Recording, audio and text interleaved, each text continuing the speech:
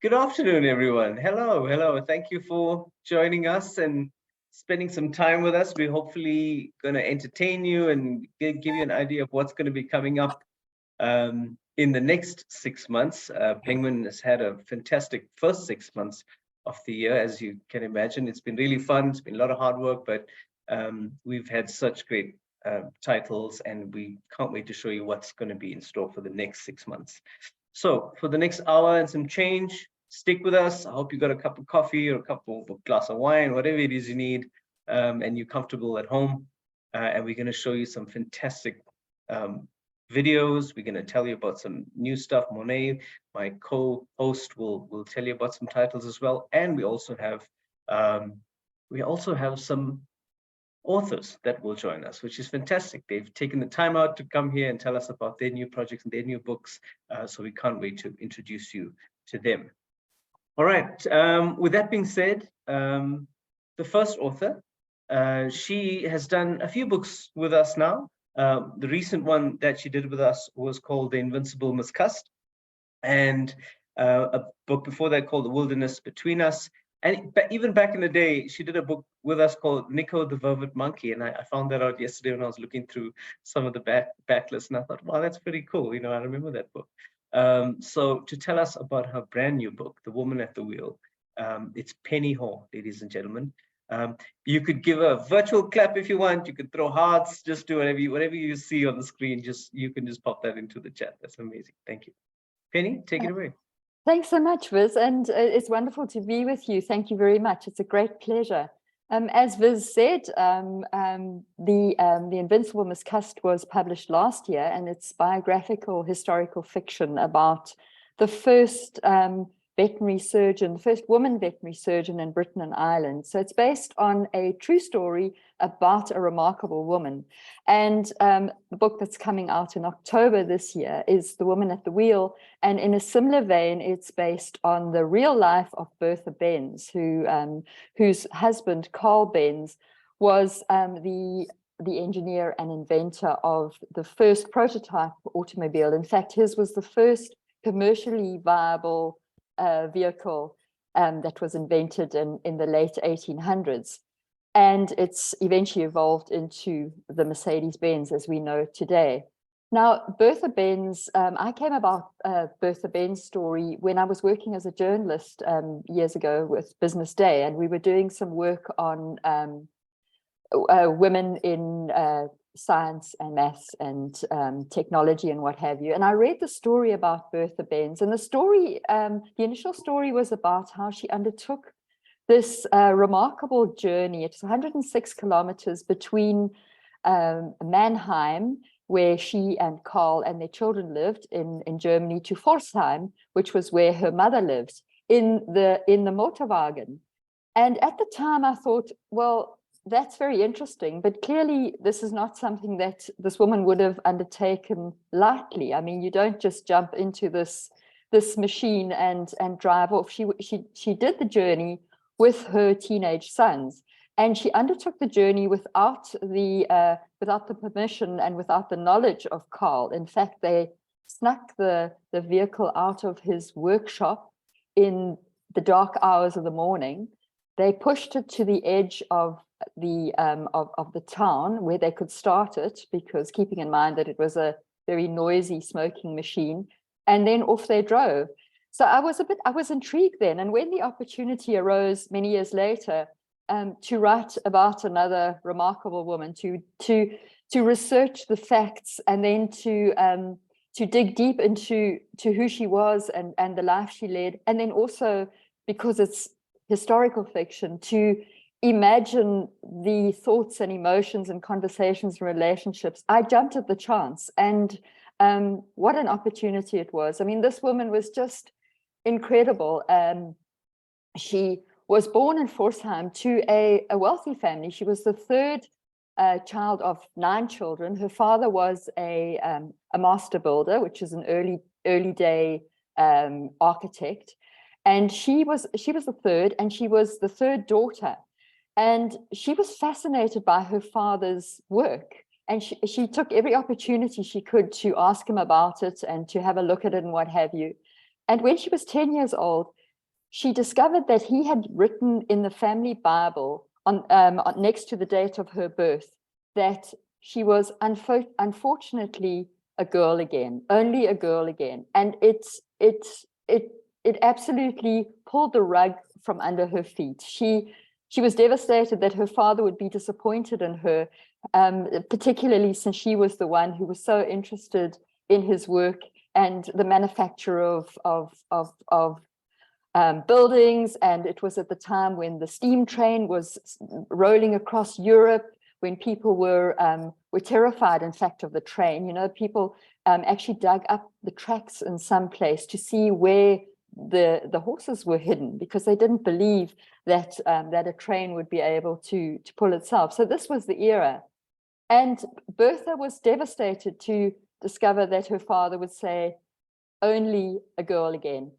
But she never lost the curiosity and the interest in the future, in manufacture and in development.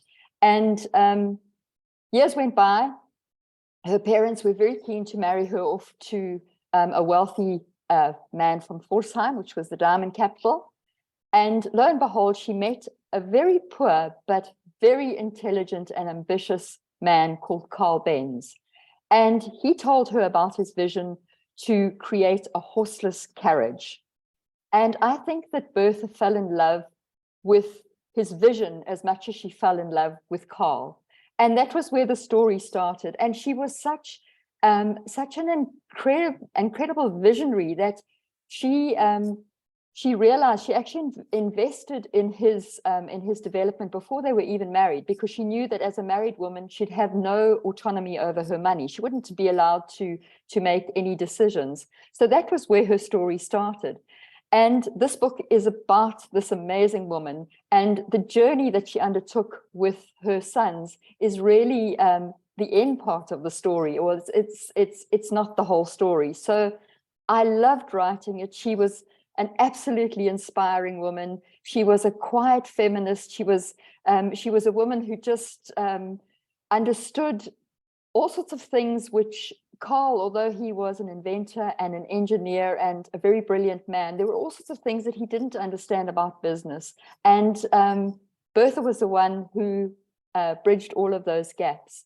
I loved writing it. I'm still very inspired by her, and I hope that that you'll be inspired by her, your customers will be inspired by her, and certainly if you'd like to chat to me more about the book, or if you'd like me to chat to your customers about the book, I would love to take up the opportunity, and I hope that you're as excited as I am about it. Thanks very much. Oh, thanks, Penny. That was fantastic. And I think that if you haven't read The Invincible Miss Cust as well, that's also another brilliant book that Penny's put together. And go back if you haven't picked it up and read it yet. You're going to love it. And I think this one is going to be just amazing. Audiences are going to love it. So thank you very much for joining us and telling us about it. Thanks so much. Thank you. Thank you. All right. All right. Next up, we actually have another author for you. He's been with us for a little bit, and I think that the book that we put together, the last book that we put together, which was Eskos, and we had an English translation called Home Cooking. That book did so well in the trade. Readers loved it. People just loved it. That the time that it came out, and we just love having Herman Lensing on our list. I said this yesterday, that the video that got me was when Herman was opening a copy of the book that the first time he'd seen it, and it's always a special video, and I always love seeing authors react to their books like that, and I think that was really special. So he won a fan that day. So here to tell us about his brand new book, Nostalgie, is Herman Lensing. Herman, where are you? Here I am, in the virtual universe somewhere. Hello, guys. Yes, yesterday was amazing. I'm not going to try to get a tear again. I'm not a good actress. But every time you see your work, it's really amazing. Nostalgie was a project I worked on for quite a while, actually. And we went to print, I think, about 2 or 3 weeks ago. And it's amazing to see it again and to realize that it's a little piece of me. The This one, unfortunately, is only available in Afrikaans because my English is so bad. I said to them yesterday, I can only say 3 words of English, yes, no, and Fanta. So they probably said, shame, let's just keep it in Afrikaans this time. So I'm going to tell you a bit about Nostalgie. So Nostalgie is my love letter to where I come from. It's a love letter to what shaped me over the past 36 years. You know, it's the food. Food is the only thing that I can really do amazing, and food is the one thing that shaped me. And what makes this book so unique is that it combines memories of where I come from, like I said, and the things that shaped me up to where I am today. The recipes in the book is true to my style. The people who know my work know that I believe in simplicity, I believe in few ingredients, and I believe in great food that's really amazing to eat. And my mom used to tell me as a kid, she taught in Afrikaans with a lot of swear words, but she used to say, if you can read, you can go to the moon. And that is something that got stuck in my mind. I truly believe that if you can read, you can cook. And my mission, especially with this book, is I want people to take up space in the kitchens. The kitchens is like, it's an amazing place. I mean, that's where we get to heal, you know, that's where we get to cry, where we get to laugh, where we get to know each other, where we get to fight, where we get to forgive and forget to love again. And this is what this book is all about. The book is divided into a few different chapters true to my style. I love celebrating side dishes. Afrikaans is better bykosse. There's lots of bykosse. I always joke and I say that bykosse side dishes are like those girls who never make it to the Miss South Africa pageant. You know, they're just there. And but at the end, they're the most important ones to make Miss South Africa look fabulous, you know, and love bykosse. Then there's a bread and a baking chapter. I call it brood and butter. The chapter is built around actually you know, it's so strange tonight to sit in front of a computer again because the great virus of 1920, it's so strange to do it again. But I lost my permanent employment, had to go freelance. And so I learned the value of baking and the bread and butter, you know, the brood and butter from my lever. So the chapter is actually dedicated to COVID. I can't believe anyone has dedicated anything to COVID, but I did, because COVID showed me the importance of sharing a big slice of bread with someone and sending butter to someone and just sending a piece of your heart. Then there's breakfast dishes, there's fire meat dishes. I mean, thanks to Eskom doing such a great job. We all are around the fires now and celebrating food from the fire. Now, there's a recipe in there that I love it. I think all the South African tannies are going to make it now. It's a potato salad. I cook the potatoes under open fire and you get these beautiful smoky potatoes and bacon and lovely things. So thank you, Eskom, for that bit of inspiration by candles. It's always lovely. And then there's a meat chapter and there's biscuits and there's a bunch of sweet stuff. So people ask me what makes this book different from all the other books. So all my books, I never call them recipe books. Nostalgie is a food novel where food is the main character that is told through recipes. And it's important for me. My books are never a Google search. My books is about recipes that tells a story. You can read it. If you don't want to cook, you can sit on your couch with a beautiful glass of red wine, you know, and read beautiful books. And Nostalgie is one of them. It's the joy of books, you know. I said last night, there's this fabulous billboard I saw that's it's construction people that says, ChatGPT, you can't construct this. So that's exactly what this book is. It's a print. It's a beautiful paper thing. Emotion comes from inside me. And this is what this book comes from. It's not a Google search. It's not something computer generated. It's really something special. And nothing on this planet can ever replace the beauty of paper and print and books.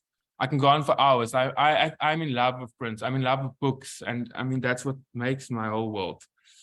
Yeah, I wrote such many English words I must read here now.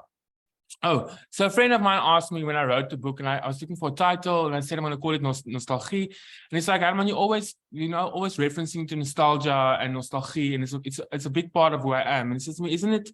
Do you think that the best part of your life has gone past? And in the foreword of the book, I explained it so nicely that I went to read a bit about why nostalgie is so important in our life, and why it's important to know where we came from and to remember things. And it's not because the best part of our life has gone past. It's just to realize that if I look at what I'm having now, I can reflect on a great memory that I once had, and it makes what I'm having now so much better. And I must constantly try to recreate those memories of happiness.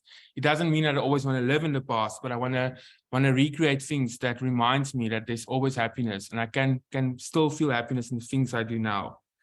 So the DNA of this book is actually, there's a word I actually found on Instagram today. It's called nostalgia. And that's actually what I want to do with this book. I want to create recipes that makes people feel nostalgic now. That makes them look back one day and say, I remember that day when I served a beautiful leg of roast leg of lamb from Herman's book. And you remember we laughed and we cried and we had such a great time. And that's what this book is about. It's about nostalgia, and it's about recalling great times and making your own memories. The book is really beautiful. I'm so proud of this book. We had an amazing team. Yeah, there's a little bit of foiling on the cover, which makes me very excited. I'm a bit of a magpie. There's shiny things, it makes me excited. And I think the readers are going to love it. I hope they respond the way that I respond to it. But it makes my heart feel warm. And thank you for all the work you guys do for us as authors. You are amazing. There's no one speaking back, so I can go on for days. Thank you, guys. Oh, we can speak back to you, Herman. No problem. I think it's an amazing book, and I think this one's going to do even better than Hayscos. I love it. I think it's such a great book, and well done. Congratulations on this book. It's really a beautiful book, man. Really Thank great. you, Penguin. Thank you. No, you're welcome. We're so happy to have you here. All right, guys. So that's Nostalgia, and please support it. I know you're gonna love it. Your readers are gonna love it. We're gonna now move on from there. Thank you for joining us, Emma. Yeah, Viz, I'll just say I read the kind of introduction that Herman was talking about. I can back him up. It's proper, as they say in Afrikaans, knop in die keel stuff. Yeah, it was. Speaking of knop in die keel, but before we get to the book, let me just say, Viz and I get to work with the most amazing sales and marketing team. And one of the things we do, a lot of things I think pretty well at Penguin, but one of the things we do really well is we do debuts really well. In the last 5 years, 4 of them, we've had the best-selling international debut author, and I think my personal opinion is a lot of that is because of the love that we have in-house for these debuts. And this one is no exception. My personal opinion is, yes, the cover is stunning. I love the cover, but this is probably one of the most uplifting books of 2023. Meet Clover Brooks. Now, in the title of the collective Regressive Clover, that's obviously Clover Brooks. Clover has been, I would say, she's had experiences with death quite a lot in her life. It's kind of followed her around. Her first experience is when she is 5. She is sitting in a kindergarten class. Her teacher is reading Peter Rabbit.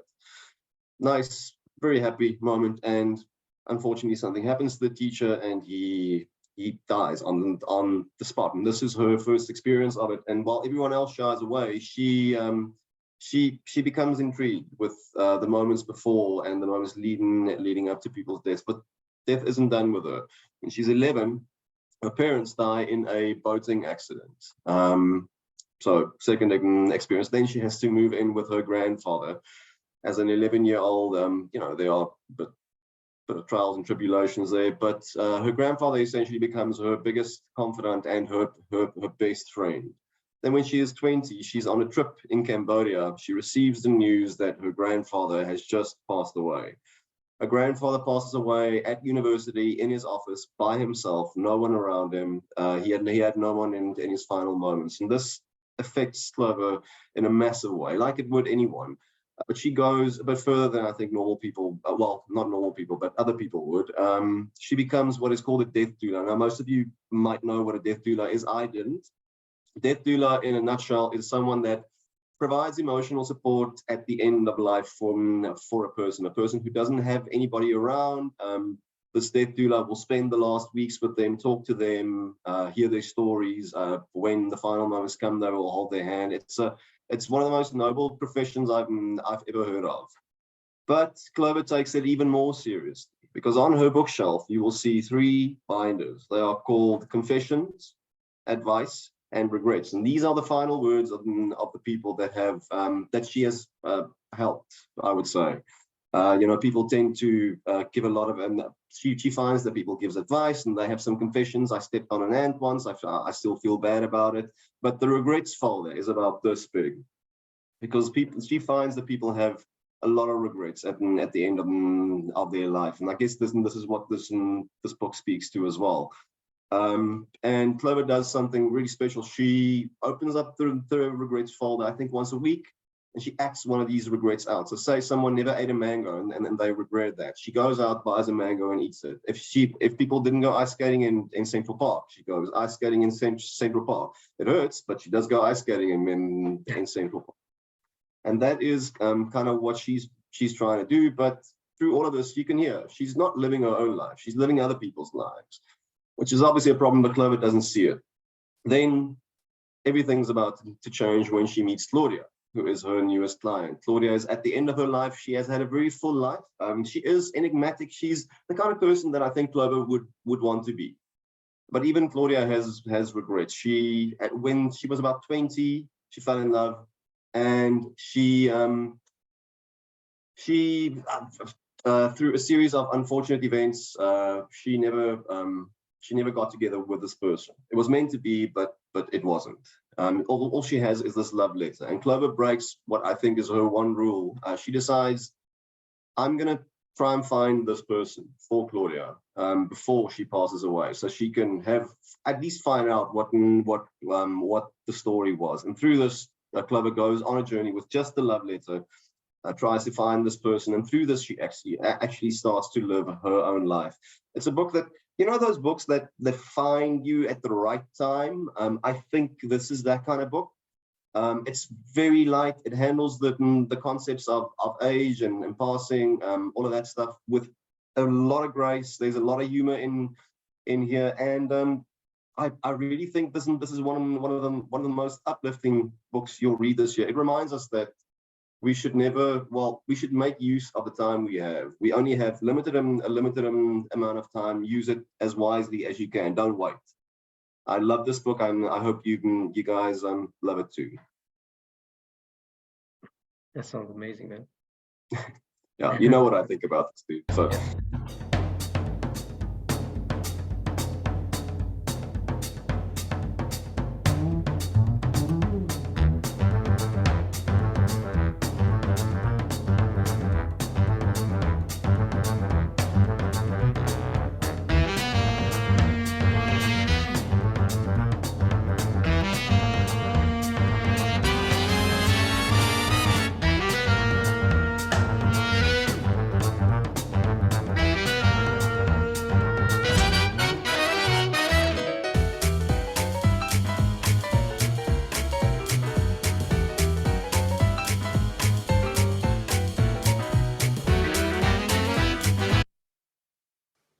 Hello, South African retailers and booksellers.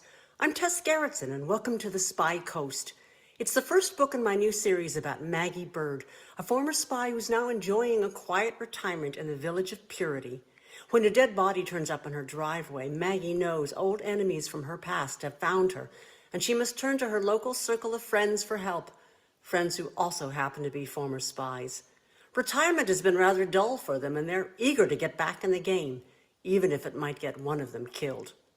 The story was inspired by the town where I really live in Maine, a town where I discovered a surprising number of retired spies are my friends and neighbors. What stories they could tell, I thought, if only they would talk. I hope you enjoy the adventures of Maggie and her friends, the Fearless Martini Club.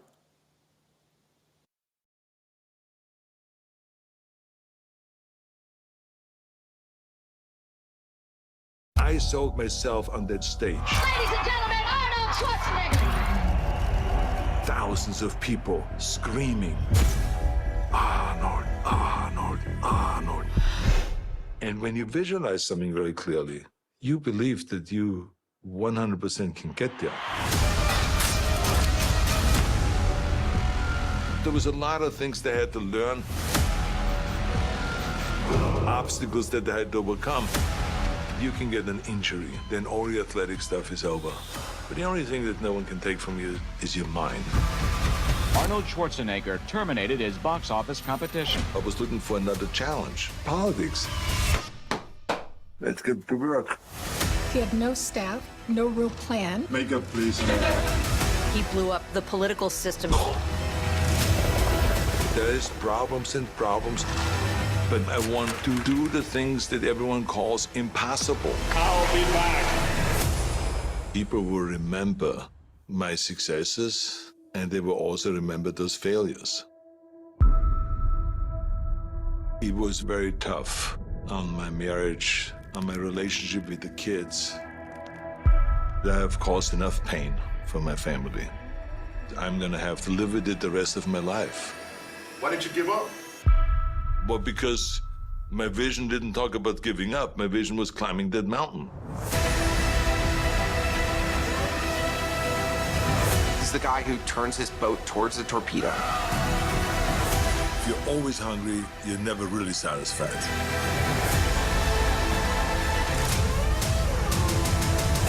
No matter what it takes, work your ass off. Do it. Do it now.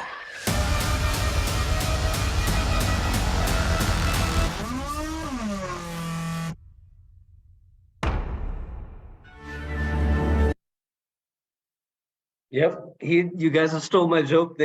He did say he was going to be back, and he's actually back. I think Arnold's having a great year. I mean, Fuba went to #1. The documentary is doing well on Netflix, and now we have a book by him. I think that Arnold has lived so many different lives. It seems he's lived so many different types of work, and I think all these things culminated into this book. It's fantastic. Be Useful, by the way, if you didn't know, is a thing that his father always drove into him and tried to instill in him. Be useful, and that just simply means just be of service to others and be useful to other people. And that's kind of what he wants to do with this book. He's not saying he's perfect, like you see in that video. He says he is flawed, and I think that it's the perfect time for this book, and I think it's going to do really well when we release it later on this year. If you think about Arnold, he says that when he was 15 years old, he had a very clear idea of where he wanted to be. He wanted to be a champion bodybuilder. So he pursues that, and as we know, he gets to it. He gets to the top, and he becomes this champion bodybuilder. And a lot of people don't know this, but he invented a lot of different techniques, and he introduced the world to a lot of different things when it comes to the world of exercise and health and bodybuilding. He was a great figure in that when he was in there. And then he said he wanted to be a movie star. He wanted to break box office records. As you see in that video again, he did that. He became one of the biggest stars in the world. Even now, when he releases movies, they do really, really well. And then he goes into politics and becomes the governor of California, which is almost unheard of, and I think that everything that he's pursued, he's done, not just done well, and he's conquered, and he's gone to the top of it. So this book is no frills, no fuss, maybe some donkeys, but that's about it. It's so simple. It's just life advice, 7 tools on what it takes to be a success and to be successful. And the reason he wrote the book is because when he was doing a lot of motivational speaking, people came up to him and said, what are your philosophies? You should actually have them in a book. You should write them down. And so he started listening to all these things people were telling him, and that's how he came up with the concept of the book itself. So he's just instilled his 7 philosophies into this book that's made him a success in all these different genres. I think it's an amazing book. I think it's a lot of fun. The market, the people who are going to pick this up are just going to buy it when they see it on the shelf. They just want to read it. They want to have it. So don't underestimate this one. I think that it's going to be a winner for the end of the year. Nice job, Viz. Yeah. It's inevitable that every time that slide comes up, somebody posts somewhere, I'll be back or something. Yeah. But and I also think that's the most skin we've had on a trade presentation since we started doing these. Yeah, absolutely. Well, look,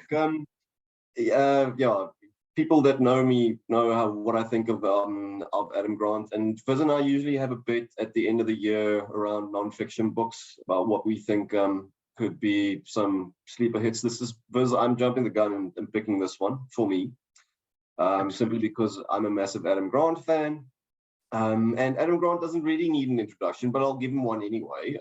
His TED Talks have been viewed 30 million times. He's got about 6 million followers on social media. If you don't follow him on social media and you want condensed one-liners that just explain everything about everything, he's the guy to follow. He wrote an article for the New York Times. It's the most read article for the New York Times this year, sorry. And Think Again has just done so well for us. I remember it coming out, and I was so taken by the book that I think I bought every one in my team a copy. I loved the book so much. It changed the way I think about everything. I still recommend it to this day to everyone I know, pretty much. And Hidden Potential, I was lucky enough to get a small little sample of this, and I can attest to the fact that this is just as good, if not better. The book is about everyone else. It's not about a book about superstars, which is overrated anyway, because we live in a world that is obsessed with talent. I mean, aren't we just obsessed with talent? Like 6-year-olds, when they pick up a guitar and hold it kind of the right way, they're told you're a musical genius. You're going to become the next Mozart. We idolize sports stars, the outliers. But what about the rest of us? And what if talent is just massively overrated?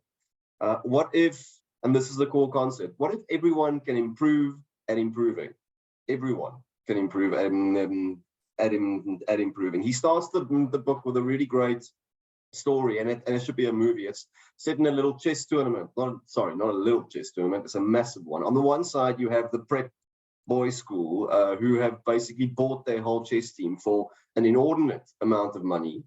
They are perfectly prepped. They are the most talented. They should win pretty much any tournament on paper. On the other side, you have a school that is, for lack of a better term, they're from the wrong side of the tracks. They don't have the government funding, their public schooling.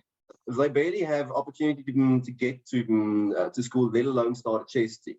And yet, here they are at this tournament. And what do? They go and draw with this prep ball. I mean, I won't go into the intricacies. There's a whole heroic narrative behind it and everything, but they end up drawing with this team that should wipe the floor with them. And Adam Grant explains quite clearly in there that no, they might not have been the most talented team, but they had three things, and this is what the book is divided into. They had character skills, and everyone has these character skills. You might not know you have them, but everyone has them. That's part one. The other part is they had motivational structures. Now, this is where it becomes a little bit Atomic Habits, the stuff you put in place for yourself, around you, what you surround yourself with.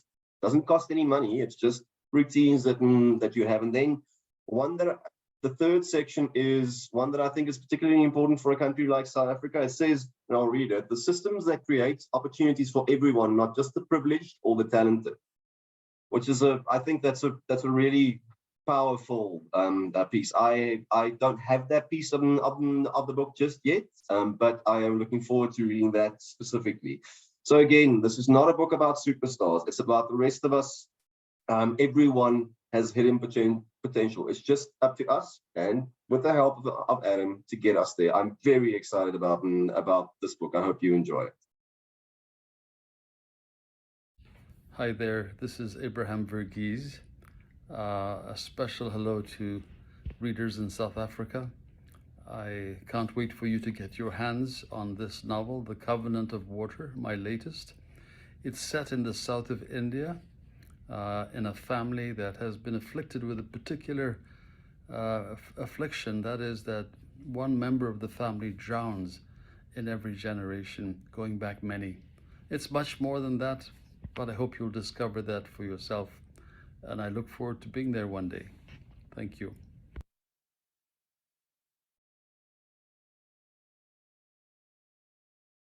Who's willing to bet me that I'm going to look exactly like him? I'm leaving home for the coastline, someplace under the sun. I feel my heart for the first time, 'cause now I'm moving on, yeah, I'm moving on. And there's a place that I've dreamed of, where I can free my mind. I hear the sounds of the season and lose all sense of time.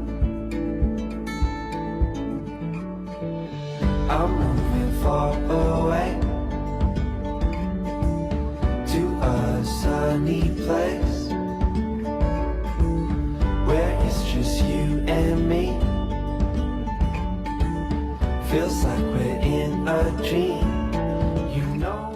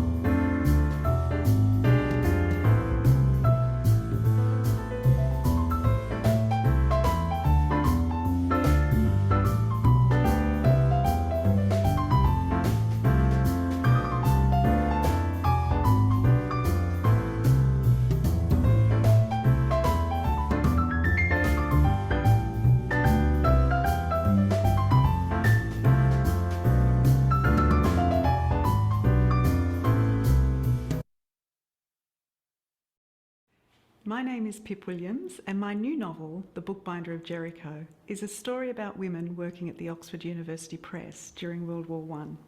They spend their days binding some of the most important books in the English language, but they are never expected to read them. My last novel, The Dictionary of Lost Words, came alive in the archives of Oxford University Press, but there was another story begging to be told. A story about the women who folded and gathered and sewed the pages of the books. I knew these women existed, but the archives told me almost nothing about them, and I couldn't help but be curious about their absence.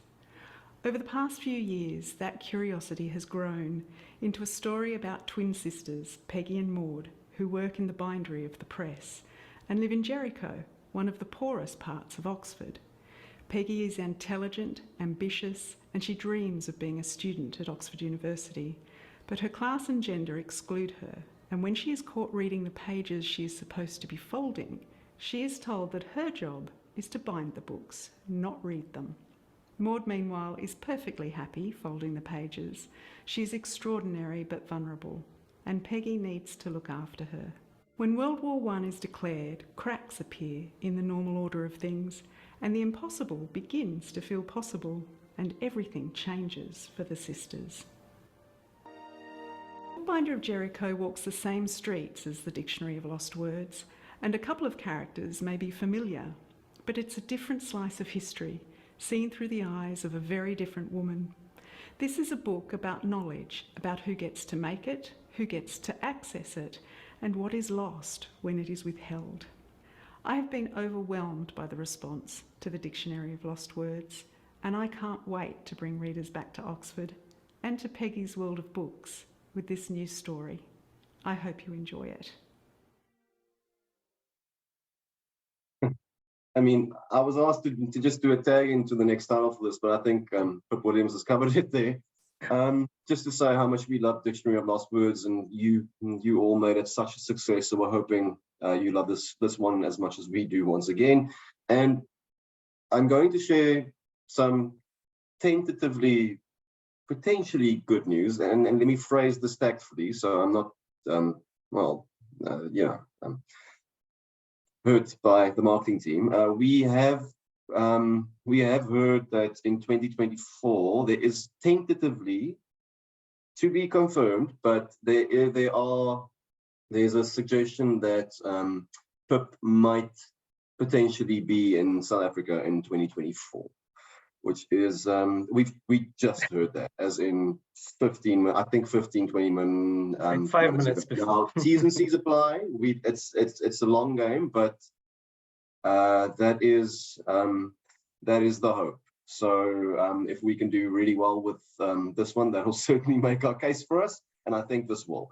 Anyway, let me not get sidetracked off that. To the next book. Right. So I think this is the first time I'm presenting a Sophie Kinsella, and what a lovely cover treatment.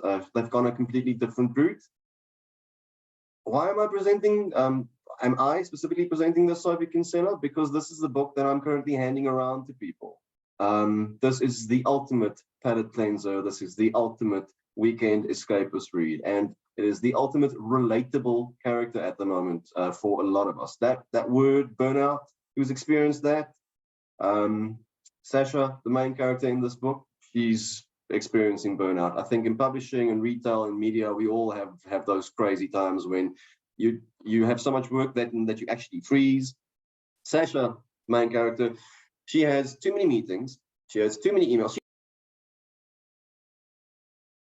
Sorry, I muted myself. I got so excited. She has so many emails. She's not worried about the emails. She's not worried about the chase emails. You know, those ones where somebody goes, I'm just quickly checking in. She's not worried about those. She's worried about the chase emails where, you know, there's 2 exclamation marks and people are starting to get a little bit aggressive. And she's just frozen. She's got sticky notes all over the place. She doesn't know what half of them mean. She's 3 team members now that have not been replaced. She's had to pick up that work. And everything comes to a head when their wellness officer walks up to her and says she's not too thrilled with Sasha's participation in the employee joyfulness program, which is essentially a mood board where you write down how you're feeling. Now, Sasha cannot write down how she's feeling there because there's going to be some some ugly thoughts there. Sasha is not in a good place, and then the wellness officer tells her that a 4th person from her team is being let go, and the team is just really going to have to pull together now. And Sasha politely nods. She excuses herself to the bathroom, walks past the bathroom, out the door, into the street, and just keeps going. And that is where the adventure begins. I found Sasha to be a completely relatable character. I mean, she thinks about joining a convent. She's not even religious. She has many experiences, but then she ends up where she has this childhood resort where they used to go, and she has good memories, but when she gets there, it's all dilapidated. It's not exactly the way she remembers, and there's this guy that's sitting on her favorite rock. And as with a lot of these stories, there is a romance. This guy does play a part in it. It is fabulously funny. It is escapist at its very best. There's a little bit of a mystery in there as well, some weird text arriving to both of them that make them have to chat. I cannot recommend this book enough. We all need palate cleansers sometimes, whether you read the most literary stuff or you read escapist for a living. This is one that I guarantee you will not be disappointed by. That was fantastic, Monet.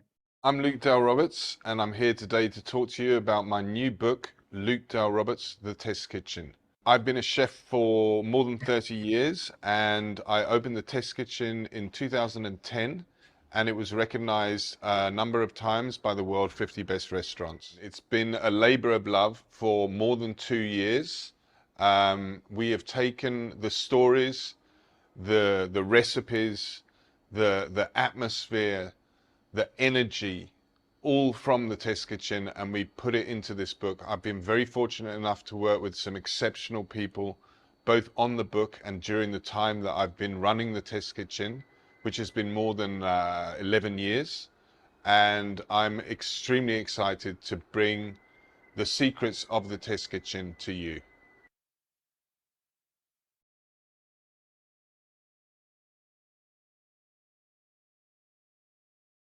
Yo, that's so pretty.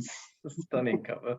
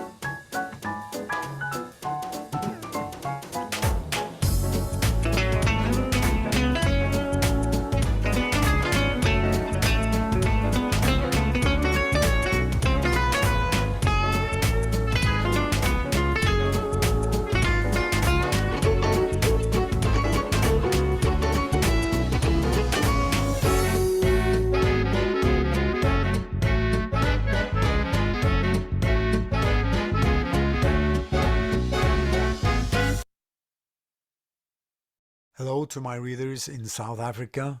I'm Joe Nesbo, and I'm here to tell you about my new book, The Night House.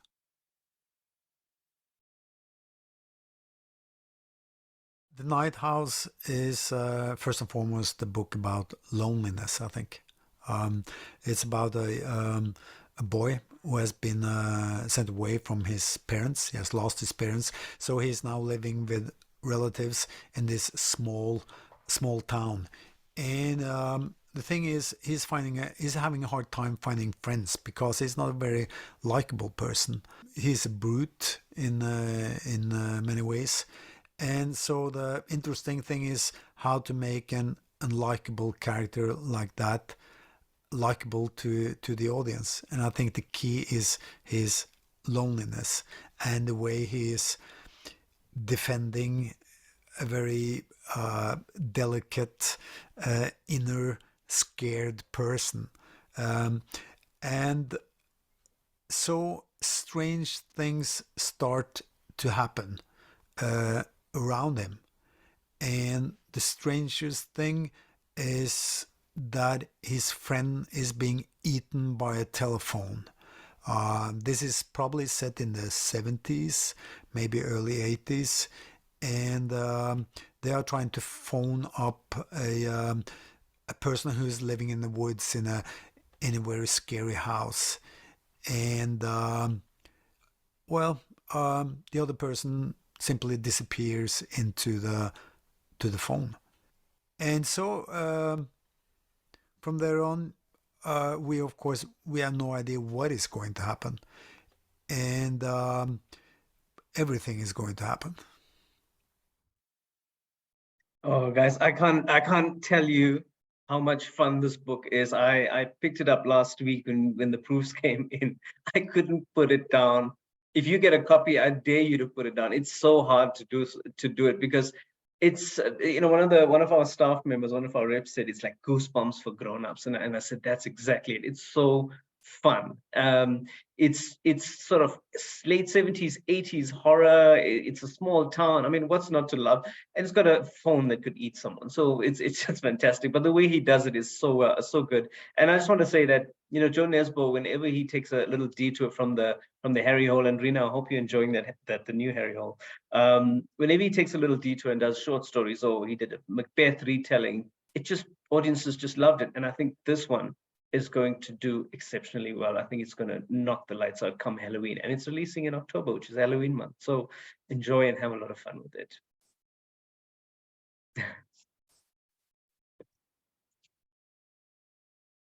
Okay, I've got another one. Beer Country's Blackouts and Boerewors is the brand new book by Carl and Greg. We've done 2 books with them so far. If you remember, we did Beer, Food and Fire, and then we did Pots, Pans and Potjies. Both those books, people love them. And one of the best things about those books, which I think is a little underrated, is how much and how well it's written and how fun it is. If you've got a copy of the book and you haven't read through the recipes and how they actually lay the information out, it's absolutely hilarious. It's fun, it's funny, it's everything that a book or braai book should be, lighthearted and just a lot of fun. Now with this book, we've changed the format a little bit. We made it a little smaller.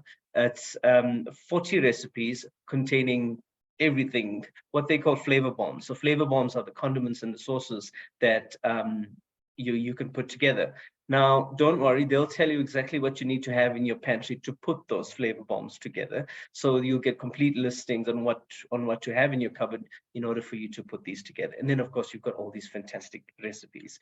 Now, we at Penguin, we've in the last year or so, we've had a few ideas around load shedding cookbooks and things like that. And I think these guys are the best guys to do it. And Herman alluded to it earlier when he said, you cooking outdoors is also such a big thing now because of the load shedding. And these guys are saying, no power, no problem. We take it outside. Let's go. So for us book people, it's all about cooking outdoors and having a book on hand while you're doing it. Maybe that's going to be fun. So this book will cover you, like I said, 40 recipes for those dark times. In it, you'll find things like lime sweet chili sauce, yogurt pesto, cowboy butter, and green herb sauce. There's a whole bunch of different sides and and flavors in there. And then you've got recipes like smoky steak tacos with chipotle esquite salad. There's a chorizo butter prawn recipe, caprese quesadillas, and kebab 101. They call it kebab 101 3 ways. So it's everything you need to go outside and cook and eat your food when the lights go out. And it just, I think, speaks to South Africans and how resilient we are and how nothing brings us down. No matter what it is, we make a plan. As they say, we mark a plan. So that's what this book is. Enjoy it. It's just in time for Braai Month as well. August, September, it's going to be out. I think you guys are going to have a lot of fun with it. And I just also wanted to say that when the first book came out, I said this to so many people. I kept giving the book away because every time someone would see it on my shelf or when they come over, they'd be like, oh, I love this book. And I'd feel kind of bad and just give them and I'll just buy another copy. And I think that happened 3 times. I gave away 3 copies of the first book. And I think the second book as well to people who just wanted it, and I kept having to buy it. So they've become so popular on our list, and I'm so glad that we have them back. So enjoy it, and I know you're going to love it. Yeah, because the humor in this book is just, I mean, besides the amazing recipes, these guys are incredibly funny.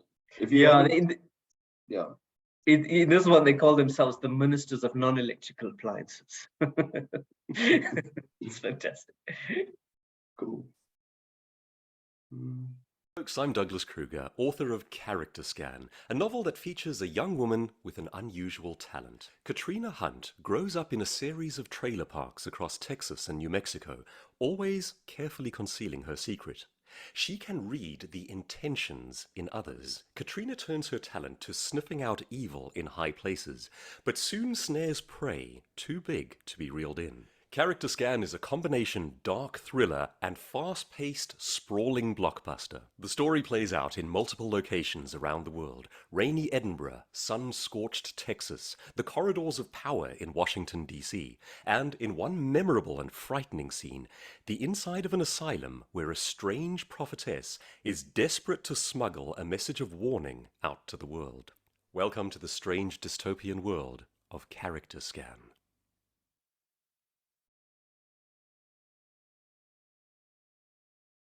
He does a great pitch.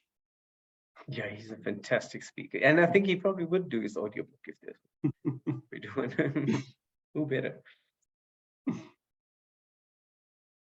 Hi, I'm Lauren Bucas. My new novel Bridge is out on August 8th. I'm so excited about what a weird book it is. It's about a daughter's search for her mother across the multiverse.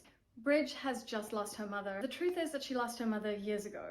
They've been estranged for a very long time. This maverick neuroscientist mother of hers, Jo, was completely obsessed with this thing called the Dreamworm that Jo believed would let you access other realities. Now she's going through Jo's things. She finds this Dreamworm, the artifact that Jo was completely obsessed with. She starts experimenting with it. It does lead to other realities and to other versions of herself. Maybe in one of those other universes, her mother is alive. It careers off on this epic journey across the multiverse. What Bridge doesn't know is that there are some very dangerous people who are also after the Dreamworm.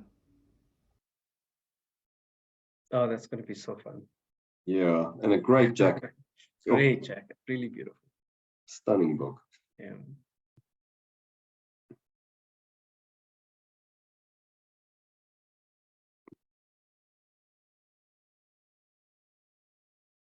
Me, sorry. The slides are taking a bit longer on my side to load for some reason. Anyway, confession, I didn't know who Stephen Bartlett was. I asked this in a sub call recently, and I was met with stares of disappointment, resentment. There was even some anger in there. I think people are still not, some people are still not actively speaking to me because of it. So I went down the Google rabbit hole, and guys, the Google rabbit hole is deep with this guy. Quick few bullet points. He's the youngest of 4 kids. He was born in Botswana. So he has a next door connection, if you want to call it that. At around 20, he dropped out of university. He was broke. Okay, the story doesn't sound too great. He's now 30. He is a pound millionaire, which in rands, if you times it, he's probably a billionaire in rands. He is the youngest dragon on Dragon's Den. You might have seen him there. I wish we could have put an image of him up here as well, because he is very marketable. Just to put it out there. He's got a CV as long as my arm. He's worked with many successful companies. But in 2017, he started a podcast called The Diary of a CEO. And that podcast at one stage was the most downloaded podcast in Europe. It's still up and down. It's always in the top 5. So if you don't know who he is, it might be time to check him out. On this program, he has sports stars. He has a lot of psychologists, from people like Robert Greene all the way to people like Simon Sinek, business analysts. He has your favorite managers of sports teams. He has some really weird ones on there. His YouTube channel has 1 million more followers than Jay Shetty.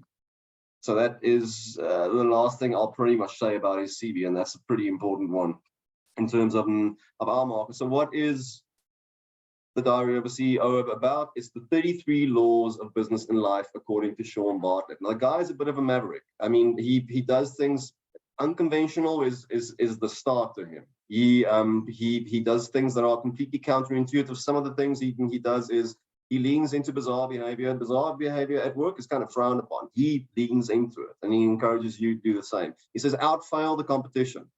That is, you might have heard that before, but he says go big. If you're going to fail, and make sure it's a PR exercise almost. He says, never ask for consensus on creativity, because that's stifling creativity. There's always a place creativity can go. He's also into inconsistent leadership, which is one that I think flummoxed a few people at the media presentation last night. What he means by that is that CEOs and leaders and they should be able to admit when they're wrong as soon as possible and move on to the next thing. They should be able to change their minds. That is seen as inconsistent leadership. That is just the way. That's just the way this guy operates. It's definitely going to appeal to a younger market. Think of this in terms of pitch, somewhere between No Rules, and it has some of the attributes of Atomic Habits as well. So very personal stuff. It's definitely not aimed at CEOs. You can use this in your personal life, in business, in your friendship group. You can use it.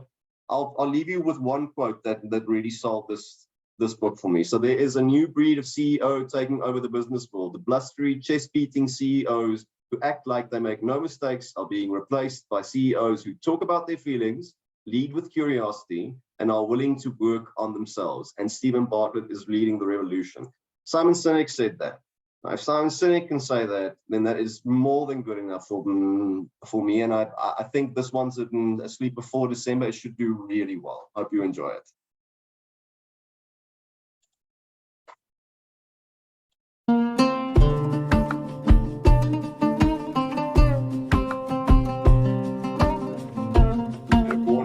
Trigger warning for people who don't like spiders.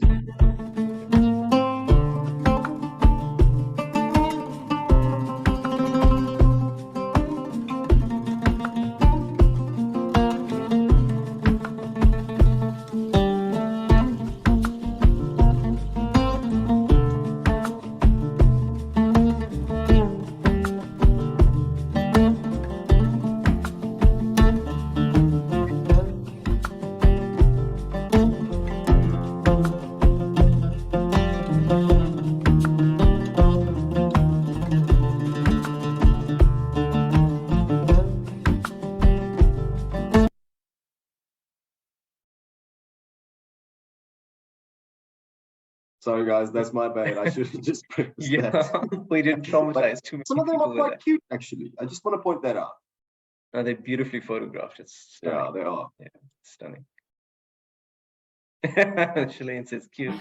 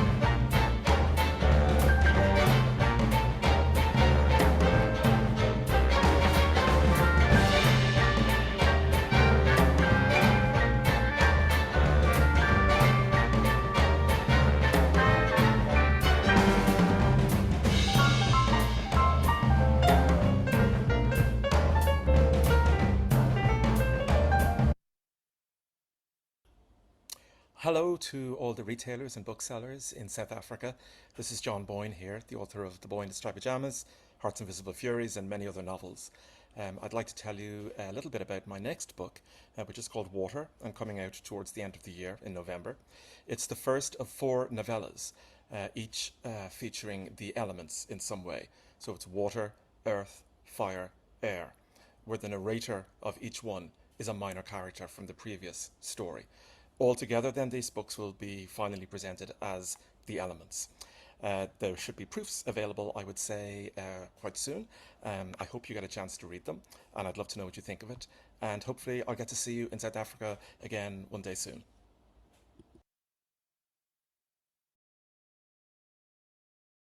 This is a stunning jacket. Really good. Hi, dit is V.A. Jansen van Rensburg. Ek is 'n ingenieurstudent aan die Universiteit van Stellenbosch en ek wil julle graag vertel oor 'n boek wat ek geskryf het toe ek matriek was. Die boek se naam is Die Kerkseun. En dit handel hoofsaaklik oor die verhouding tussen 'n pa, 'n dominee en sy matriekseun. Maar dit gaan ook oor die gevaarlike nagevolge van 'n kerkgemeenskap wat kies om skynheilig op te tree. Een van die redes hoekom ek die boek destyds geskryf het, toe ek in 'n seunskool was, is omdat ons voorgeskrewe boek wat oor matriekseuns gaan vir my te onskuldig was. Dit het nie mooi weerspieël hoe seuns praat of goeders doen in die regte lewe nie. So ek het gedink dit sou interessant wees om te kyk of ek so 'n boek kan skryf. En dis die kerkseun nou, soos die kontras tussen die skoolgemeenskap en die kerkgemeenskap. Ek is baie opgewonde vir dit om op die rakke te verskyn en ek dink almal wat dit lees sal daarbey kan aanklank vind.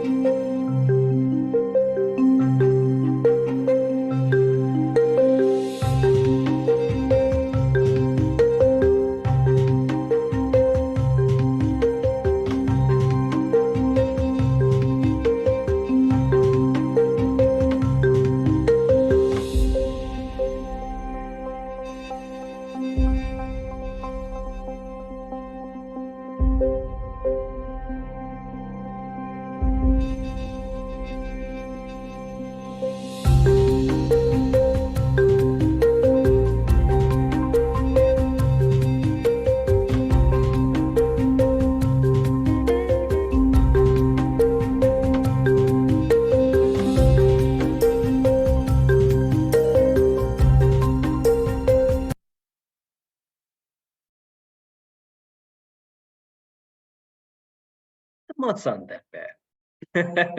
I was going to say, they're beautiful, actually. They really are pretty. I mean, yeah.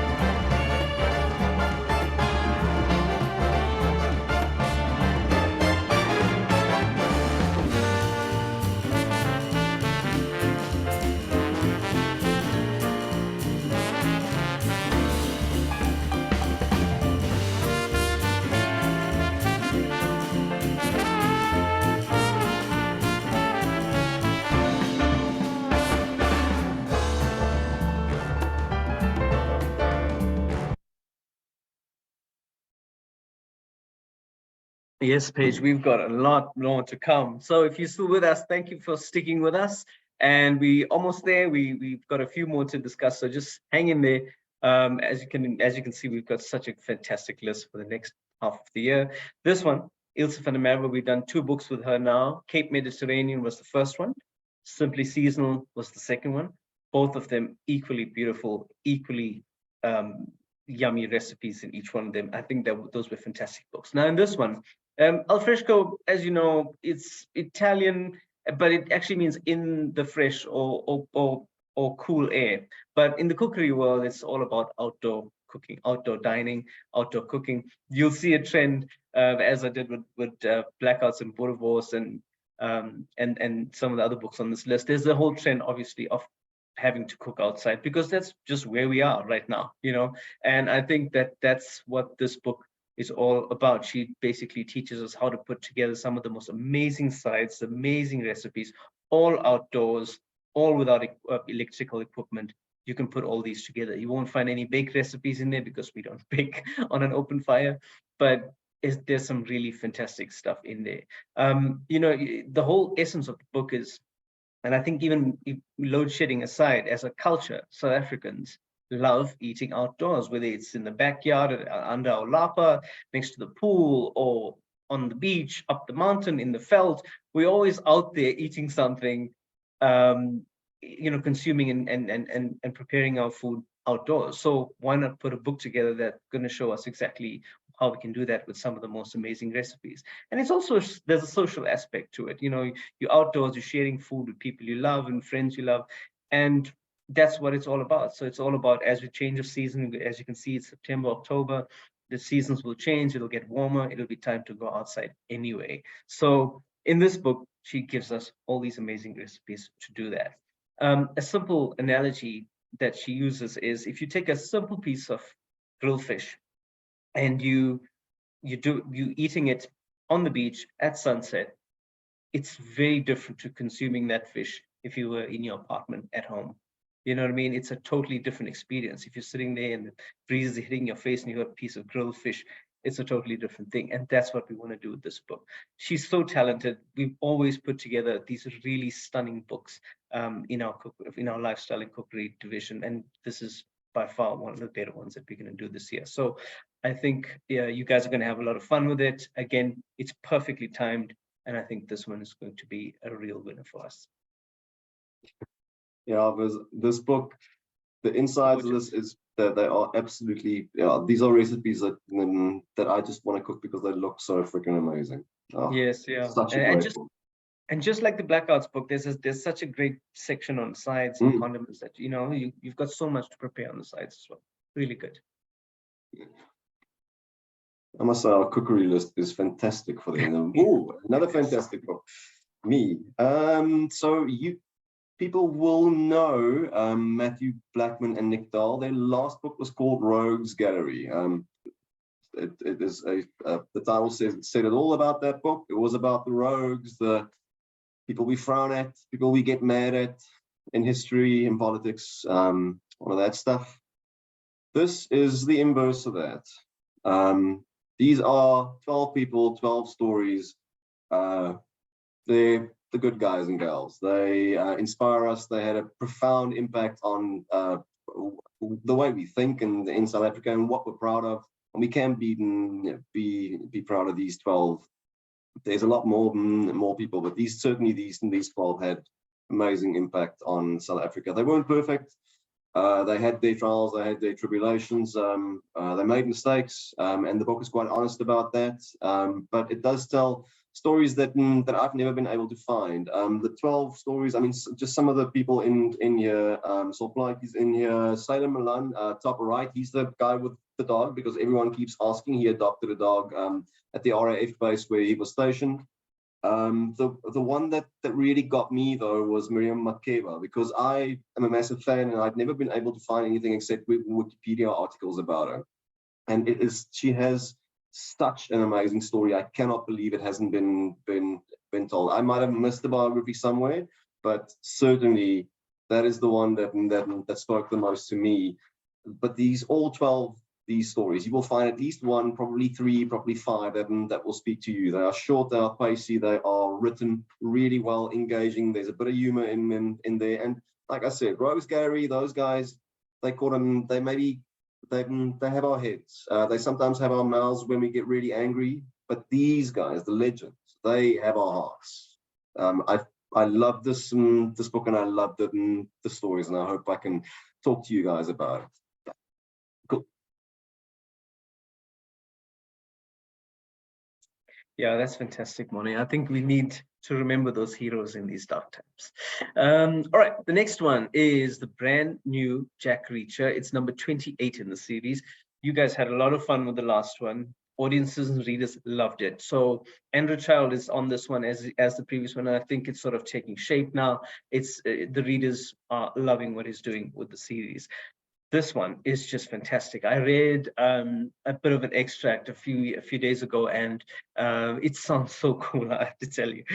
So it starts off in this hospital room, and there's a guy there who's 62 years old. He's recovering from a heart attack. His name is Keith Bridgman, and he wakes up and he finds in his hospital room two women in hospital scrubs, got all the necessary, badges or whatever it is. So they look legit, but alarm bells are going off. He knows something's wrong. He knows they're not there to, let's say, be his caregivers or his doctors.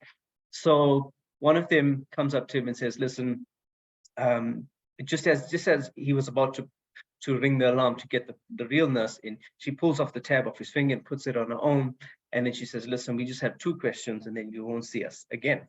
And they basically pull out this list and they say the first question is, you were going to speak to a journalist a few days ago. Where's the information that you were going to give her? He says, I don't have anything. I don't have anything on me. There's no information. We were just going to talk about, me being a survivor of this horrible heart attack or whatever it is. They say, no, are we on to you? You are lying. We need to see what you have. Do you have some documents in here? And they start searching the room. They move him off the bed. They put him onto the windowsill.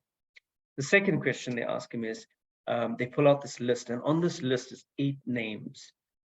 This guy was a very successful, upstanding citizen. He was a businessman. He was well-known in the community. And on this list is 8 other such people. And they say to him, look, there's 8 names on here. You got to give us 2 names. We're looking for 10, and you know who these 10 people are. And there's 8 names on here. So he thinks about it, and he tries to pull a fast one on them. And he says, Owen Buck. And Owen Buck is dead.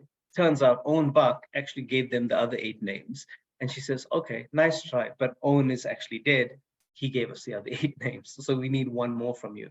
And then he gingerly puts it down. As he gives them the last name, they look at it. They actually introduce themselves to him. And they open the window of the hospital. And he's surprised that they could even do that. They open the window of the hospital. She takes the key that she had to do it, puts it in his pocket, and the both of them push him out the window. So Keith Bridgman is now dead. The problem is Keith Bridgman's death rings alarm bells. People want to know why and how did this guy just jump out of a window? It looks like an accident. All the other 8 people all die, all look like accidents. Something's happening. So it goes to the highest officers in the military. And next chapter, Jack Reacher is doing some cleanup in a bar, as Jack does. and he's just sorted out someone in the bar. He comes out and these 2 military police jump up in front of him and they say, listen, we need you for this case. This guy is dead, but there's a whole story behind it. And he's wondering, why is he being reeled into this? And they said, no, this is a special case. We need someone on your clearance level, on your level to come and investigate.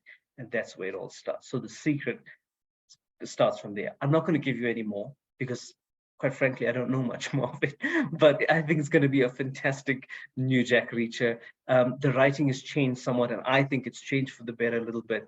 You're going to have a lot of fun with it. It's going to be just fantastic for the holiday season as well. So I hope you enjoy it, and I hope you support it in the stores. And the jacket looks amazing. Hello, all South African booksellers and retailers. Thank you so much for your support for the Thursday Murder Club series. I'm here to tell you a little bit about the brand new installment, The Last Devil to Die. Now, this book is the 4th in the Thursday Murder Club series. I think it's the best yet, it's the most exciting yet. A mystery package turns up on the South Coast, and at the same time, a good friend of the Thursday Murder Club is found dead. This drags our intrepid gang into the world of online fraudsters, art forgers, drug dealers, essentially a lot of people who want to kill them. Will they be able to find the murderer of their friend? Will they be able to track down this mystery package? You'll have to read it to find out. For anyone who enjoyed the first 3 books, I think they're going to love it. It's got the same laughs, it's got the same sadnesses, there's heartache close to home, and it's got a great mystery right in the heart of it. The Last Devil to Die. I hope you love it.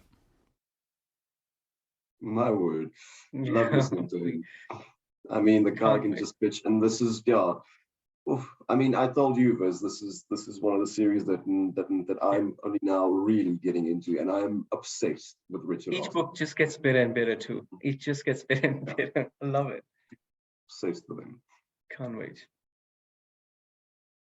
Okay, we've got another cookbook on our list. Like I said, we've got a killer cookery list this year, over and above everything else that we have. Zanele van Zyl has published before, self-published. She did so well with her previous books, all on her own, and audiences love her. She's got hundreds of thousands of followers on Instagram and on socials, and she's put together this book. It's home cooking, it's honest, it's what you would feed your family, it's what you would teach your kids to make, whatever age they are, it's that kind of thing. And that's because she's a mother, and that's how she grew up, and she observed her grandmother and her mother. And the title comes, Have You Eaten Yet?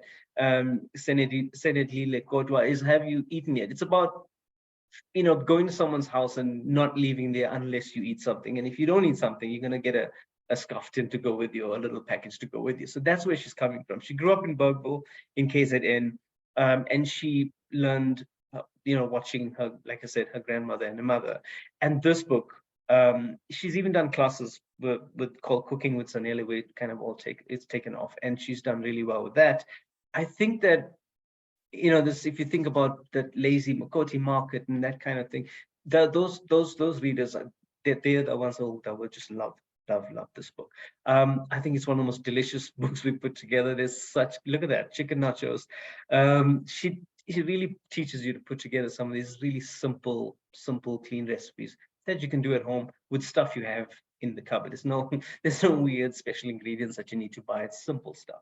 So I know you guys are going to do really well with this one. I know you're going to help us and support us. And I think she is so well loved. It's not going to be a hard job to do. So she's amazing.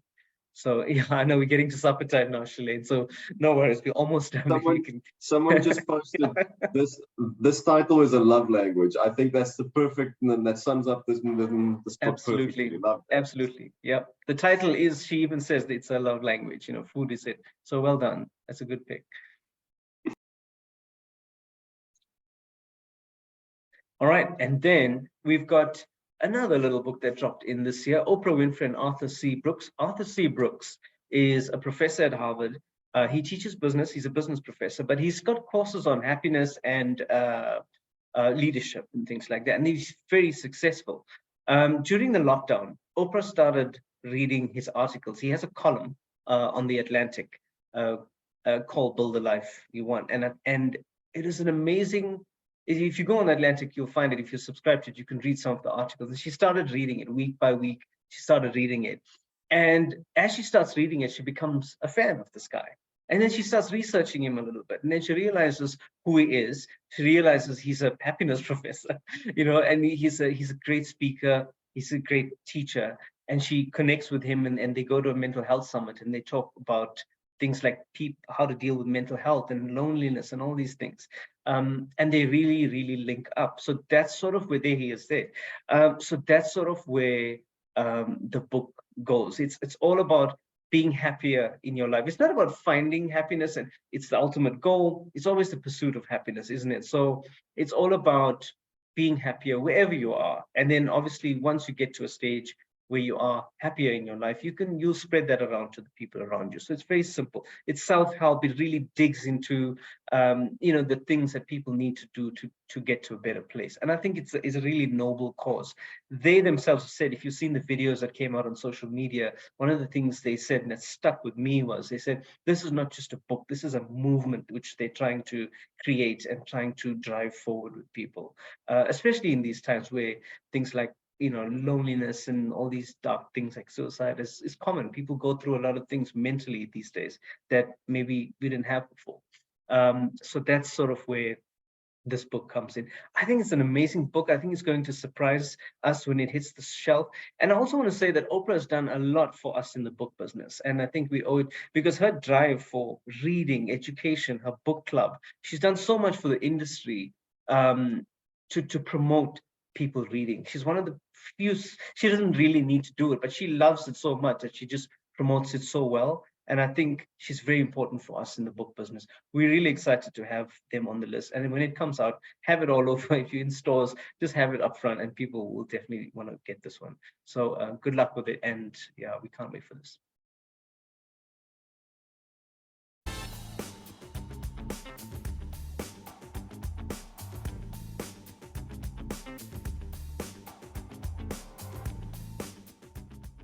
If you know this book, 5 Ingredients, it went down a storm. People really, really resonated with it because it was quick, it's easy. We kept the ingredients low, 5 ingredients and all that good stuff. Well, here you go. Big sister has come along. 5 Ingredients Mediterranean. And pretty much my wife bullied me into doing it because that's what she uses all the time and that's what all her friends were using all the time.